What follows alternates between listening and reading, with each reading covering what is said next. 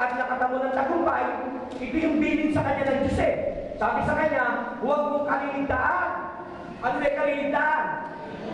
Huwag mong kalilimutan eh, madalas kalimutan eh. Yun nga papunta sa church, wala dalang Bible eh. Kasi nga nalimutan, nakaligtaan. Eh sabi ko ng Panginoon, huwag mong kaliligtaan o huwag mong kalilimutan na basahin ang aklat na yaon. Dinidilihin mo. Ano sabihin dinidilihin mo? Ano ba dinidilihin? Tagalan ba yun? Ibig sabihin, pag ulit-ulitin mo, dinidilihin mo yun araw-gabi.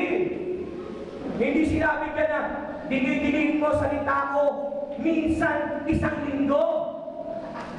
Hello, nakikinig ba ko? Makakit ko. Hindi sinabi ka na, dinidilihin mo salita ko, minsan isang buwan. Kaya pagiging Kristiyano, monkey. Naalala mo nung araw, ang tawag sa ibang Kristiyano, Kristiyano Pasko. Kristiyano Pasko. Sabi ko, bakit ito tinawag ng Kristiyano Pasko? Kasi ikaw umaating lang yun kapag magpapasko na. Kaya tawag nila, Kristiyano Pasko. Dahil nasa church lang kapag magpapasko na. Kaya sabi niyan, dili-dilihin mo o basahin mo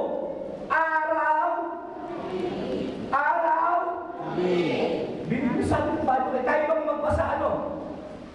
Minsan lang, di ba? Pero sabi niya, araw-gabi, bakit? Bakit sinabi ni Lord na araw-gabi? Upang matupad mo ang lahat ng susunod. Siyempre, hindi mo matutupad kung hindi mo alam. Nakikita ko ba kayo? Kaya natutup din ng Kristiyano. Ano isusundin ng Kristiyano?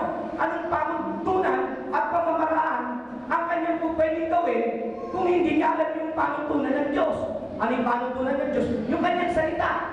Amen. At kapag natupad mo yun, dahil sa pagninilay-nilay mo, ang sabi niya, sa gayon, ikaw ay at tatagumpay. yun pa lang. Mararanasan ni ginhawa, tagumpay, yun ay dahil sa salita ng ating Panginoon. Malinaw mo ba? Sabi mo sa katabi mo, may Bible ka ba? Hello? Sumagot mo ba yung katabi ninyo? Anong sagot? Wala. Okay mo nga ako ng Bible. Mag-pray magka-Bible. Bakit? Mabalag yung taong walang bahay. Pero may Bible. Kaya kung wala kayong Bible, may bahay kayo, uwi muna kayo, benta niyo yung bahay niyo, tsaka kayo bumili ng Bible. Ganun kahalaga yung Bible. Eh, salita ng Diyos yan eh. Salita ng Diyos yan, sagrado yan. Mahalaga yan. Panuntunan ng Diyos yan. Salita ng Diyos yan. Eh, ngayon wala tayong Bible. Eh, paano natin matutupad yung lahat ng nasusulat para tayo magtagumpay o dapat tayong Bible? Ako tatapatin ko kayo. Nung ako'y maging Kristiyano, nung tinanggap ko si Kristo 1988, hindi ako pumayag na hindi ako magkaroon ng Bible. Opo. Kasi salita ng Diyos, sabi ng Panginoon, if you love me, obey my commandments. Sabi ng Panginoon, kung mahal mo ko, sundin mo yung salita ko. Kung mahal mo ang Diyos. Eh ano susundin mo? Wala ka namang nababasa. Wala ka namang Bible. Eh hindi ko mahal ang Diyos. Yung pagmamahal natin sa Diyos, kapulit lang. Bakit kapulit? Eh kasi nga, sasabihin natin, mahal kita Panginoon, mahal na mahal kita.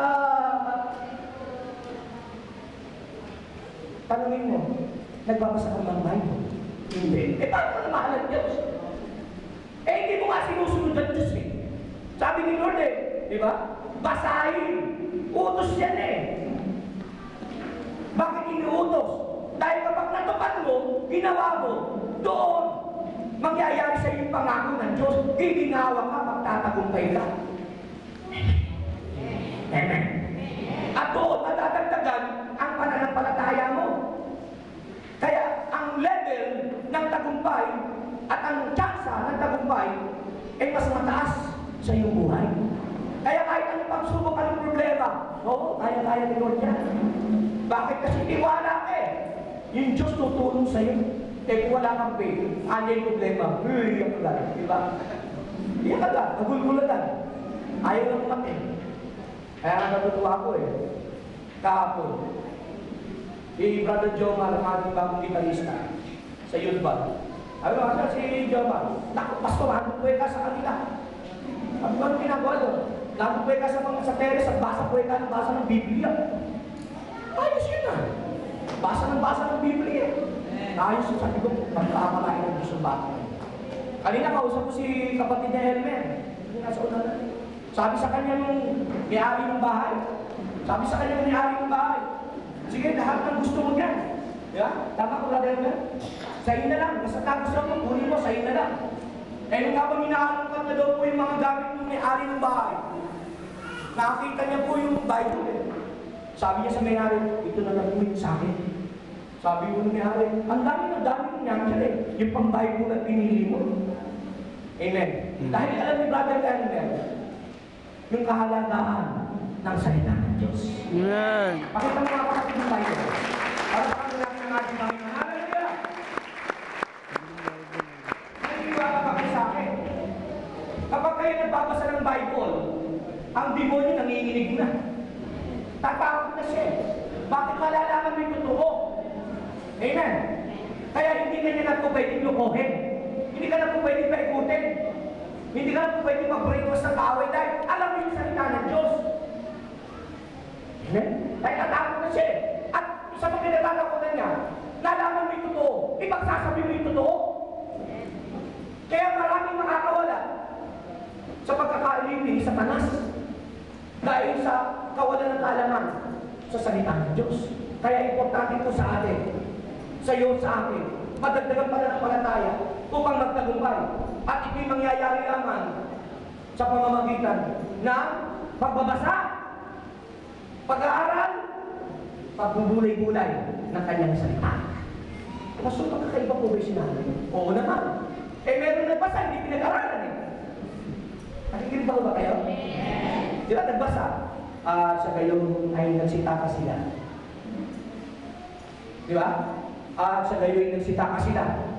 Di ba? Sabi ko sa mga disipulo, ano ngayon? Nabasa niya yun Ngayon, pagdating niya doon sa bilangguhan, sinama ng pastor Punta ko sila doon sa jail ministry. Nagtuturo mo yung pastor doon sa mga bilanggo. Habang nagtuturo yung pastor, pagkatapos ng turo, nakipag-usap sa kanya yung mga preso. Sabi niyo mo ng mga preso, ano ba kaya dapat namin gawin sa sinabi ng pastor? Sabi mo nung isang Kristiyano na kabasa, at sa gayon, magsitakas kayo. At sa gayon, magsitakas kayo. Bakit tinasa lang Hindi pinag-aralan. Bakit sinabi mo? Kanino sinabi mo? Sa mga preso ba? Hindi naman sa mga preso Doon sa mga nalilipin ng kasalanan. Amen. Hindi ba pinatakas mo sa bilangguan? Amen. Kaya kailangan ang pagbabasa, pinag-aaralan. Naalala ko yung nagbasa ng Bible. During 1992 ata meron isang church, naka-televised pa yung kanilang service. Sabi nila, kami ang mga totoong mananampalataya ni Kristo. Hallelujah, hallelujah, hallelujah. Hallelujah. Alam niyo ba yan? Ano nga alam niyo? Palabas ng tayo. Hallelujah, hallelujah, hallelujah. Sabi niya, kami mga totoong sugo, lingkod ni Kristo. Ano po ginawa nila? Kumuha po ng alupong, mga kobra, nagpasok-awag doon sa ahas. Sabi ng Biblia, ang mga tunay sa sumasampalataya, matukaman ng ahas, hindi mamamatay. Lahat ng member niya, nagpatuka. Ayun po. 51 po patay sa kanila. Patay po 51 membro sa church patay. Dahil sabi nga naman ng Bible, Marcos 16, ang mga sumasampalataya magtataglay ng ganitong tanda ng kapangyarihan, matukaman sila ng ahas, hindi sila maano, nagpatuka. Patay! Yung tinutukoy doon ng Diyos, hindi mo sasadyain. Halimbawa ganito, naglalakad ka, meron palang alupong, natapakan mo, natuka ka. Ililigtas ka ng Diyos, doon kung totoo kang mananampalataya ni Kristo. Pero yung kukuha ka ng alupong, mananampalataya ako ni Kristo. Tsaka ka magpapato ka, patay kang bata ka. Wala akong mintis yung patay ka. Amen, nandiyo pa po ba tayo? Hindi sinasadya yun. Akatong si Pablo, di mo ba?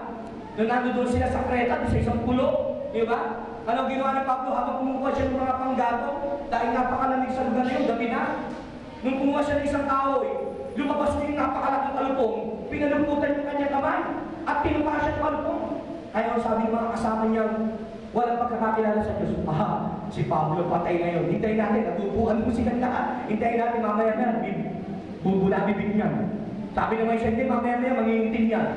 Abay, nakapagluto po ng kahoy si Pablo, nawala ko yung apoy naging apo, hindi ko namatay. Kaya ang sabi mo ng mga tao kasama niya, totoong lingkod ng Diyos ka. Amen. Kaya ako kayo pumunta sa likod para magpapakasa niya. Amen. Naalala ko tayo isang church. Ito'y binibigyan ko lang po kayo ng mga malino na pananaw. Meron isang church, isang pastor nila. Ano yung sabi nila? Lahat ng mga sumasampalataya kay Kristo ay nabautismo ang kay Kristo at lahat tayo hindi na maaaring saktan kahit ng lason. Ginamit niya rin yung Mark chapter 16. Minaman kayo ng lason, hindi kayo maano. Ang ginawa ko ni Johnson, yung pastor na ito, yung Holy Communion, nilagyan ko ng lason. Sabi niya, lahat ng mga tunay na mananampalataya tagasunod ko. Kahit iminom tayo ngayon ng lason, hindi tayo maano. Iminom mo silang lason. Sa kabutihang palad, 951 na membro kasama siya patay. Bakit? Walang alam sa ng Diyos. Amen! Amen. Palakpakan po natin ang aming Panginoon. Hallelujah! Sa pahumpakay, para tayo magtagumpay, letter B. Sabi natin mga pamamaraan na dapat natin gawin. Train ourselves in godliness. Sanayin po natin ang ating mga sarili sa pamumuhay ng mga Diyos. Ano sabi ng 1 Timothy chapter 4 verse 7? Sabi yan, huwag mong pagpapsayahan ng panahon ang mga alamat na walang kabuluhan. Sa halip, magsanay ka sa sabi mo sa katabi mo, magsanay ka sa kabanalan. Amen! Sabi niya, huwag mong pagpapsayahan ng panahon. Yung mga walang katuturan, mga walang bagay. Kundi sabi niya, magsanay ka. Train yourself in godliness sa mga Diyos, makatwiran, makatotohanan, makabuluhan, may pakinabang. Uubusin mo panahon mo, oras mo, sa mga walang kabuluhan. Paano ka magtatagumpay? Hello? Sabi niya, magtatagumpay ka ba dyan? Inikot ka ng inikot sa buong bangkal. Laki-laki mo niya, dami na niya, di ba? Ibigin ba siya sa dali? Paano tayo magtatagumpay mo? Pinititong tayo sa buong bangkal. Pag-ikot mo mga 10 ikot, punta ka ng Lomos, imikot ka uli ng 10 ikot. Pagdating mo dito sa Santo, imikot ka uli ng 10. Pag-uwi sa inyo, meron mo bang tagumpay? Wala po, pagod meron. Amen. Bakit? Inubos mo yung panahon. Wala naman kabuluhan tambay dito, tambay doon. Okay lang tumambay, basta may kabuluhan. May katuturan sabi nga nila, wento ng wento, wala namang wenta. Amen. Hello? Bakit wento ka ng wento, meron kang mapapala. Wento ng wento, wala namang katuturan. Diba? Kaya, iwasan natin yung mga bagay na hindi naman makatutulong sa atin, hindi naman makakadagdag sa'yo. Ayon po sa sabi, sa pag-aaral. Karamihan ng mga Pentecostal member, pakinig ko kayo, matayong Pentecostal.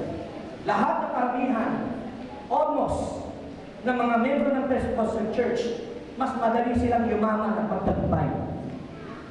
Opo, ayon ito, at ito'y proven and tested, na ang mga Pentecostal ay mas madaling magtagumpay at yumaman. Alam niyo kung bakit? Dahil kung nakakilala sa Diyos, iniwasan nila at nilayuan ang mga walang kabuluhang bagay. Dati, noong araw, kami po, kagaya ko, kapag ako nag-basketball, pinakamahina ko umuubusin mga 1.5. 1.5 po. Bakit? Nakikipagstama ng araw. Ang hindi ko ng araw, shooting. Fight! Hindi ko, shooting. Diba? Shooting. Siyempre, pag gustahan mo, shooting Pag na-shoot mo, kahit hindi nakashoot sila, panalo ka. At sa sugal, magaling din ako sa sugal ng atang. Kahit sa puso Galing din isang balasa lang 4 ang alas. Ito tatalo doon. Amen. Sa Lucky 9, sino tatalo sa akin kapag ako bang nakapag-Lucky 9? Ayoko nang ako yung puntos. Gusto ko ako bangka. Eh pag ako bangka, apat bara ako eh. Eh sino matatalo sa akin? Sino makakatalo sa akin? Di ba? Amen. Sa mga bisyo, alak, sigarilyo, nauubos din yung pera, wala namang kabuluhan. Kaya nung makakilala sa Diyos, nasanay sa mga Diyos na kaparaanan ng pamumuhay. Ano ba nangyari? Imbis na nakasayang sa walang matuturan, nadadala sa kanyang sarili at sa kanyang pamilya. Amen. Kaya nagtatagumpay ang mga tunay na anak ng Diyos. Dahil sinanay nila ang kanilang sarili sa pamumuhay na tama, mga Diyos, makatwiran. Amen po ba? Palakpakan po natin ang ating Panginoon. Pakatlo po, letter C, ng mga pamamarang para tayo magtagumpay, discipline our mind. Amen? Sabi nga natin lahat, discipline our mind. Discipline our mind. Kinakailangan na madisiplina po natin ang ating mga kaisipan. Ang sabi po ng 2 Corinthians chapter 10, verse 4, sabi dyan, ang sandata po ay walang kapangyarihan, may kapangyarihan ng Diyos at nakapagpapaguho ng mga kuta at hindi sandatang makasabibutan.